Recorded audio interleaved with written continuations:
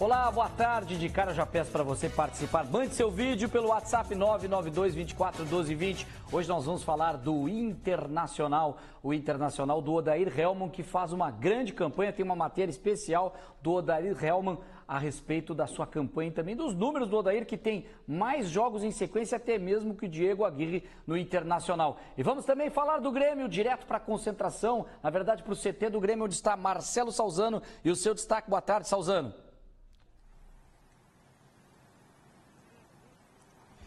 Tudo bem, Caco? Boa tarde para você, telespectadores do Donos da Bola em todo o estado do Rio Grande do Sul. O Grêmio que viaja hoje à tarde para o Rio de Janeiro para o jogo contra o Fluminense. E a tendência é que o técnico Renato Portaluppi coloque em campo um time misto. Apenas 4 titulares devem estar em campo. Na sequência, todos os detalhes aqui no nosso Donos da Bola, Caco. Tá legal, daqui a pouco o Salzano volta com mais informações do Grêmio. Vamos dar um pulo então na nossa central Bandeirantes do Esporte. Lá está o Gabriel Correia. Boa tarde, Gabriel. Fala, Caco, tudo bem? Boa tarde para você, o telespectador do Donos. Vamos falar do Juventude, que hoje tem um jogo fundamental na luta contra o rebaixamento. Juventude recebe a equipe do Londrina no Alfredo Jaconi às 7 horas da noite. Juventude é o 17º colocado, tem 31 pontos, mesma pontuação do Paysandu, mas nos critérios está na 17ª colocação. A gente pode acompanhar aí a tabela da Série B. São 3 pontos para o Brasil de Pelotas, que é o 15º, por exemplo. Só que o Juventude tem um detalhe negativo para esse jogo no Alfredo Jaconi. É o pior mandante da competição. Em 12 jogos em casa, fez apenas 11 pontos. Juventude vai precisar vencer hoje nessa luta contra o rebaixamento. Caco? Legal, vamos torcer para o Juventude passar o papão, tá, Gabriel? Boa tarde, Glauco Paz aqui com a gente mais uma vez. Tudo bem? Teu primeiro destaque. Boa tarde, Caco. Olha, era previsível que o Grêmio fosse poupar, né? E era previsível que o Inter também desse uma caída. Eu já falo sobre isso. Sérgio Boas, boa tarde. Boa tarde, Caco. Eu estou curioso para saber, até porque vai representar muito na tabela, repercutir melhor na tabela, o que vai acontecer domingo pela manhã lá em São Paulo entre Palmeiras e Cruzeiro, porque ontem foi uma briga danada. Verdade. E eu não sei, hein? Agora o Palmeiras tem 2 competições, né? É porque o jogo tinha tudo para ser meio frio, para o Palmeiras até mais quente em termos de classificação do brasileiro, né? Mas com a confusão que deu, teve soco do Sassá, que rolo que deu ontem, covarde, vergonhoso, né, assim, covarde. A imagem, ela é... Eu não sei o que pode acontecer com o jogador. O vermelho o Sassá ali já tem todo um histórico. O vermelho, né? é pouco, né? Porque vai no julgamento, certamente com aquela imagem ali, ele vai se complicar. Vai depender da procuradoria, né? Vamos lá. Olha só, daqui a pouco tem o Odair Hellmann, técnico de Internacional, quebrando barreiras no Colorado.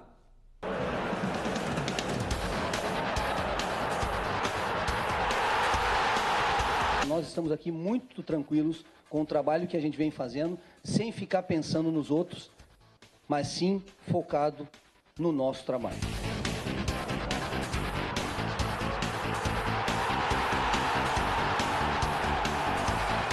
É muito mais suor, muito mais trabalho, muito mais entrega.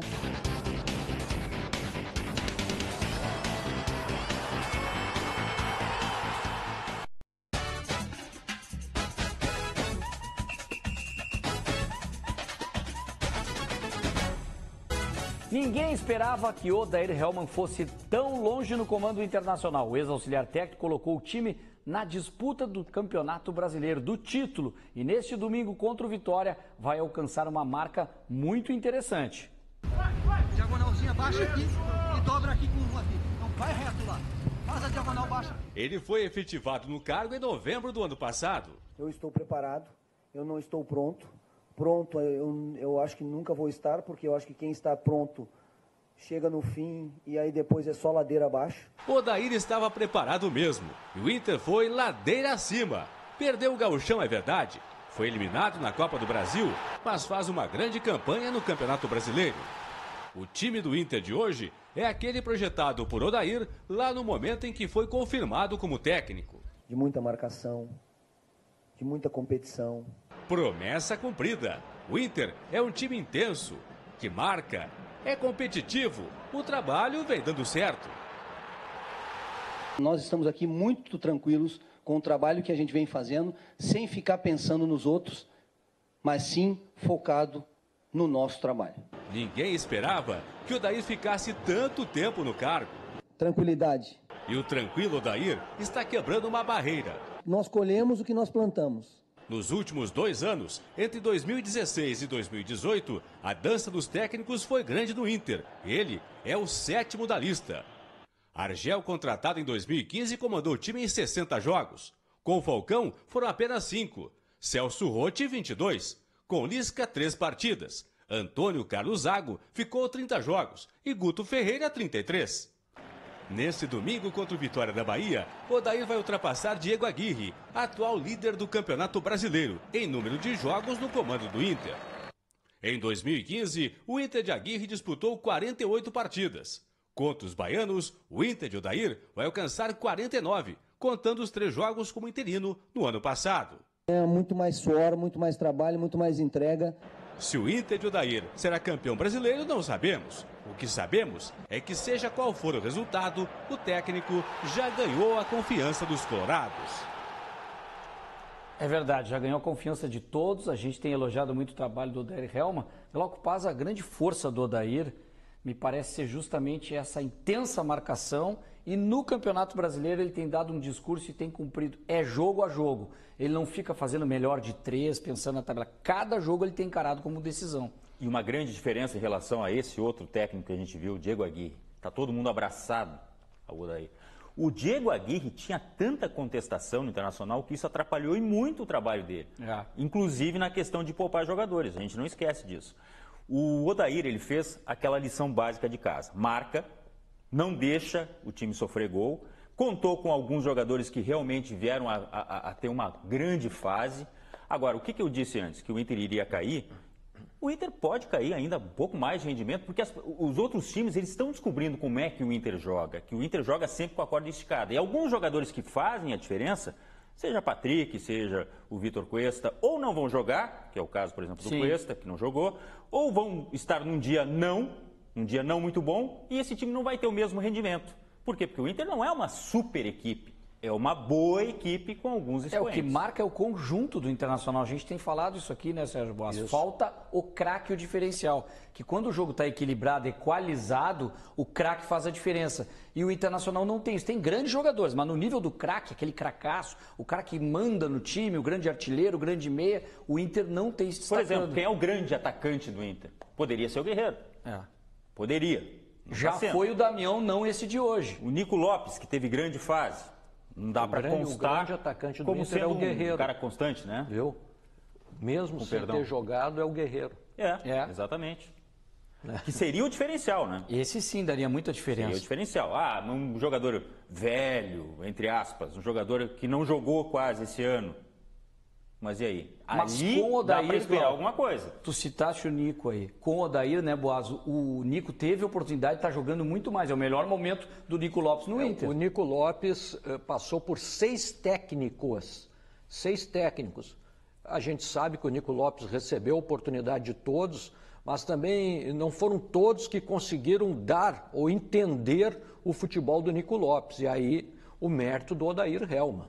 O Odair Helman, além de insistir sobre compreender e incutir na cabeça a mentalidade de jogo do time do Internacional no Nico Lopes, né? E eu acho que o Nico tem uma coisa muito fundamental, que é de bastidor. O Nico, pelo comportamento dele, por ser um tanto tímido, não basta ser técnico, tem que ser paizão. E essa função o Odair está fazendo muito bem, que é o papito, né? Que todo mundo abraçou no grupo, porque mais do que um técnico é quase um colega, porque o Odair parou de jogar há pouco tempo. Ele conquistou o grupo comprou a ideia, e alguns jogadores que precisam mais de apoio, que é o caso do Nico Lopes, muito retraído, aquela coisa que, inclusive, no começo, tinha gente querendo mandar o Nico Lopes embora de volta. Mas teve um outro cara que também deu muito suporte no vestiário, que é o Rodrigo Caetano também, né? Depois que ele veio, o Internacional mudou um pouco seu comportamento, a confiança. Eu me lembro a primeira afirmação dele. O Internacional tem grandes jogadores, e aquilo trouxe uma confiança, porque o Inter vinha daquela desconfiança de Série B, será que vai jogar o Brasileiro para não rebaixar? Perdeu o Campeonato Gaúcho pro Grêmio, ainda numa fase de decisão, né? Não foi para a final do Gauchão, como em vezes anteriores. Ele veio para contrapor o Inter, porque lá de dentro se ouviu o seguinte: o Inter vem para disputar, para classificar para a Sul-Americana, e chegou o Rodrigo Caetano e disse: não, a gente pode mais. E aí foi a grande injeção de ânimo, né?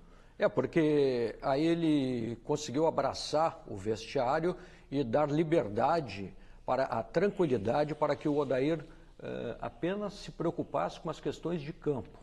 Não tem que se preocupar com outras questões disciplinares, nada mais. O cara que está emburrado ou não está, isso aí é um trabalho que ficou a cargo do Rodrigo Caetano. Então, esse suporte que ele deu ao Odair foi fundamental. Agora o Campeonato Brasileiro vai dar uma mexida, né, com os resultados da Copa do Brasil, as classificações de ontem. Vamos falar com o Gabriel Corrêa, que está na Central Bandeirantes do Esporte. Tivemos aí, Gabriel, uma noite de fortes emoções pela Copa do Brasil. Muitas emoções, cara. Quando a gente começa pelo jogo lá do estádio Mineirão, onde Cruzeiro e Palmeiras terminaram empatados em 1-1. O Cruzeiro saiu na frente, gol marcado pelo Barcos, ele que já havia marcado no jogo de ida, inclusive, e depois o Palmeiras empatou com o Felipe Melo, após cobrança de escanteio, mas o resultado classificou o time do técnico Mano Menezes, que pode ser o primeiro técnico na história bicampeão da Copa do Brasil consecutivamente. Então, desde que a Copa do Brasil foi criada, nenhum clube foi campeão em sequência da competição. O outro jogo, lá em Itaquera,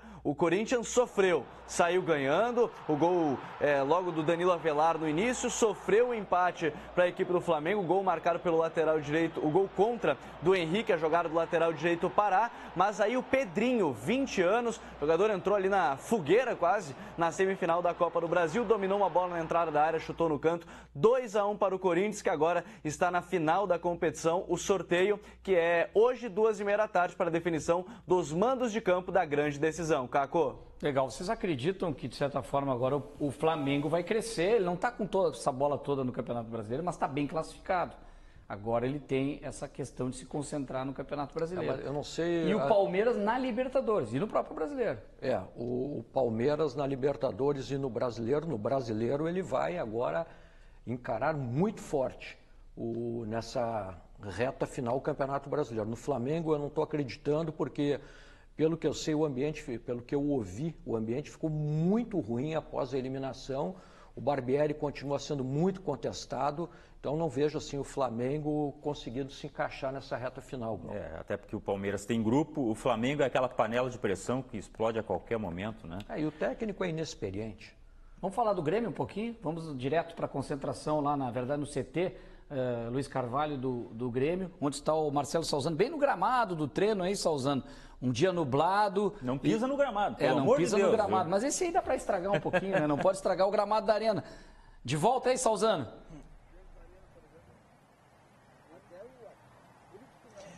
Bom, Caco, o técnico Renato Portaluppi deve escalar um time misto para o jogo contra o Fluminense neste sábado, às 16h, lá no estádio Newton Santos, no Engenhão.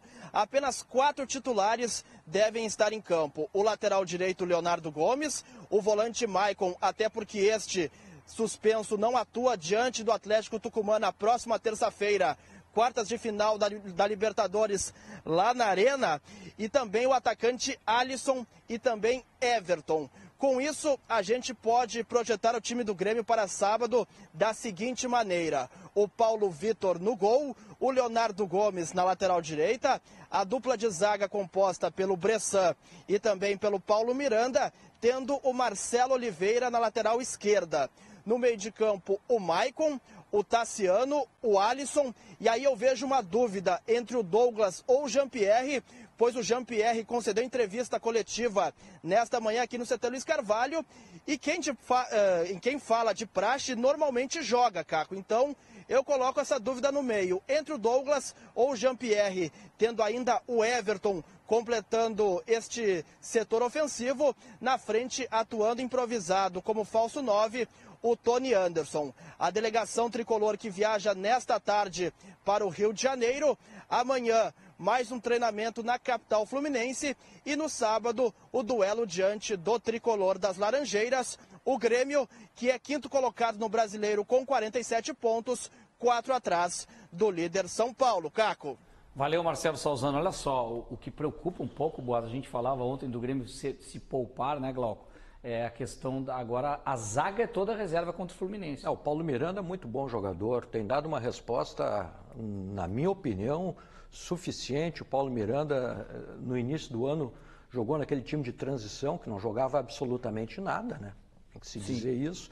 E ali foi queimado, mas é um jogador que tem sido muito seguro nos jogos que... Léo Gomes também. Léo Gomes, isso aí. Então, olha, já com esses reforços aí dá para dar uma boa encarada no Fluminense. Tomara que chova, viu, Renato?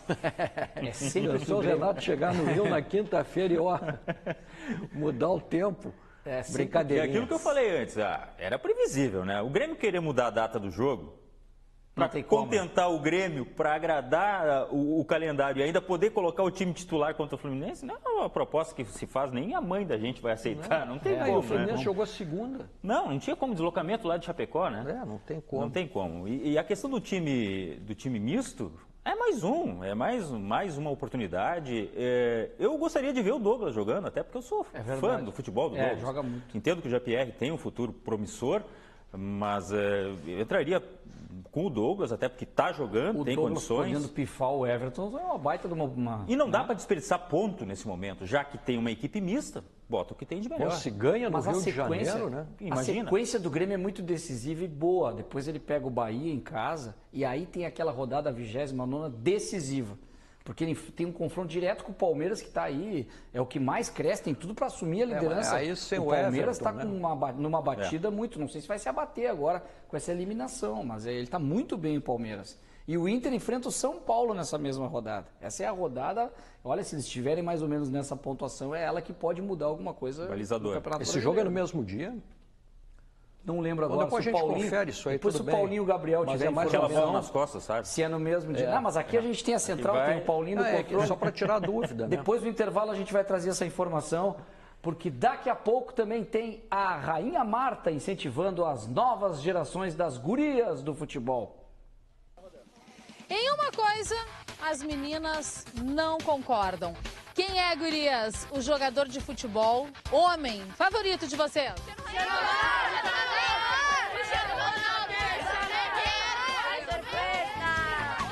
Tem Cristiano Ronaldo, Messi, Vitor Cuesta, Neymar, Modric, mas em uma coisa elas concordam. Quem é a melhor jogadora do mundo, a preferida de vocês?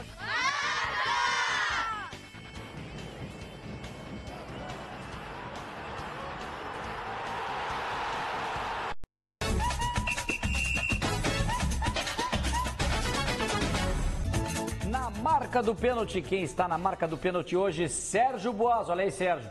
Perguntinha do Dirceu Ferronato de Garibaldi, da Serra Gaúcha. Qual o argentino será mais difícil de ser batido na Libertadores? Isso para o Grêmio. Independiente, River ou Boca Juniors? Abraço, Dirceu, aí em Garibaldi. Olha, como diz o profeta, tem que ser jogo a jogo. Mais difícil para mim é o River Plate. Tá certo. Olha só, o título do melhor do mundo conquistado por Marta nesta semana está incentivando as novas gerações. O futuro do futebol feminino está garantido.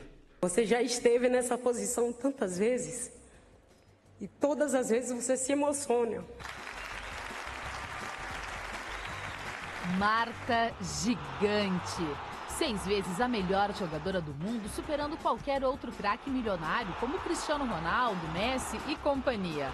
Mas a grandiosidade de Marta não está só nos tapetes vermelhos das grandes premiações. O papel dela é fundamental para outras mulheres.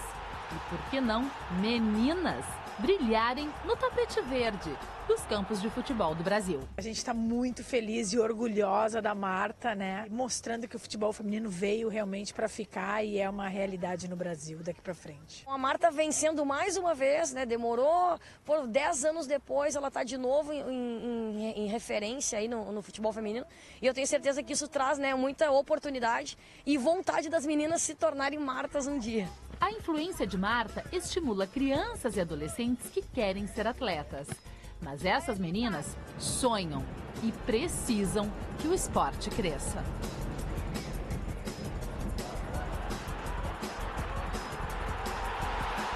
O futuro do futebol feminino no Brasil pode ser muito promissor.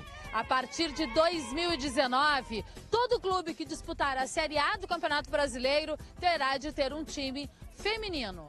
Para os clubes que disputarem a Libertadores da América e a Sul-Americana, não é diferente. Os latino-americanos também terão de ter equipes compostas por mulheres. Que seja feito investimentos, mas de forma coerente, né? Que a gente possa ficar de uma forma eterna, né? Que o futebol feminino vem aí daqui a pouco com um passe de atletas, que se torne realmente um grande negócio, né? E se depender dessa geração, Ana Clara, qual é o teu maior sonho? Ser jogadora de futebol. Fazer gol. Ser artilheira. É meu sonho ser que nem a Marta. O que não nos faltará são Martas! Marta! E muitos gols. Que legal. Ô Glauco, tu que já fez tantas gravações, a Cris Bart, quando gravou ali a hora do boletim, pô, não é fácil as meninas acertarem aquela tabela bem na hora ali e fazer aquele golaço, né? Ah, mas depois que inventaram a edição, a gente acerta. Mas tu viu que foi plano sequência ali. Foi plano sequência. Não, mas ficou legal. Isso aí é... O problema do futebol feminino é o seguinte, ó, tem que insistir. Não adianta esse negócio de criar, investir e parar. O Glauco, um dos repórteres mais brilhantes que sempre investe no texto. Verdade. É um negócio... Muito criativo, né? Tento. Não. Às vezes não consigo. Consagrado, normal, né? Consagrado. Aliás, o pessoal que ficar te seguindo no Facebook, Glauco Capaza no Facebook, está fazendo um curso de texto, né? É bom participar só lá, seguir o Glauco Paza. Eu dou algumas dicas, alguns macetes ali, para ficar enganando que nem eu fiquei tanto tempo assim. Grande mestre. É hora da análise tática, o momento da prancheta. Tem outro mestre aí, o mestre da prancheta. Diz aí, Alex Bagé. Hora da prancheta do Bagé e nós vamos falar na prancheta de hoje, vamos analisar o Grêmio e Luan. Luan é um dos melhores jogadores em atividade no elenco do Grêmio, mas por vezes ele desperta ódio e até amor de alguns torcedores. Por que o Luan, na minha opinião, por vezes acaba sendo prejudicado nesse sistema tático atual do Grêmio, se nós considerarmos jogadores que foram negociados e jogadores que acabaram se lesionando? O Luan, vamos para a prancheta, ele atua naquela linha média, a linha à frente dos volantes. O Luan faz essa transição, ele busca a bola do pé dos volantes para conseguir fazer a ligação com a linha de ataque do Grêmio. O Luan, quando cai pelo lado esquerdo, ele apoia e garante também o suporte do Everton e principalmente a passagem do Bruno Cortez. Vamos para o lado direito. Quando o Luan encosta no lado direito, ele apoia e dá suporte para que o Ramiro possa jogar por dentro e principalmente abrir o espaço para a passagem dos laterais, sejam Leonardo Gomes ou Leonardo Moura. Ou seja, o Luan é um jogador, além da parte técnica, muito importante no Grêmio também na parte tática. O Luan é bom jogador, mas o Luan está sendo sobrecarregado pela nova formatação do sistema de meia cancha do Grêmio. Destaque Luan, do Grêmio, aqui na prancheta do Bagé, no Donos da Bola. Eu, Alex Bagé, amanhã tem a prancheta do Bagé com o Internacional. Glauco Paza, ele falou do Luan, né? O Luan não está vivendo um grande momento, mas que bom que fez aquele gol, né, da vitória do Grêmio de virada e, de certa forma, pode reconquistar a confiança com o torcedor, porque ele tem confiança nele. Eu acredito que seja mais uma questão de muita marcação para cima dele. É que o torcedor confunde um pouco com capacidade e personalidade. O Luan não tem personalidade para ser sanguíneo e está sendo aquele jogador que vai lá atrás tirar a bola de cabeça no carrinho. Ele é um jogador para fazer isso que ele faz. A diferença, mas nem sempre vai ser possível. Eu considero o Luan um dos principais jogadores do futebol brasileiro. Não tiraria do time de forma alguma, mas respeito as opiniões. Né? E legal esses garotos que estão renovando aí. O Grêmio contratou o Matheus Henrique, tem o Jean-Pierre, que amanhã Matheus vai estar uma entrevista especial, né, com o Jean-Pierre aqui no Donos da Bola. Matheus Henrique até 2022, tem o PP renovou, né? Renovou. Tirar o Luan do time, isso aí não dá nem para cogitar, como, né? Imagina botar o Luan no banco de reservas, escalar quem? Ele é o grande craque do Grêmio. Quando tinha o Arthur, até estava dividindo com o Arthur, que não é à toa que está no Barcelona e na seleção. Todos os times do Brasil gostariam de ter o Luan. O rei da América, tirar a coroa de uma hora para outra, não tem como. Tá certo. Obrigado, Glauco Paza, mais uma vez. Sérgio Boas, a gente volta amanhã com o Internacional, com o Grêmio aqui no Donos da Bola. Um abraço, tchau!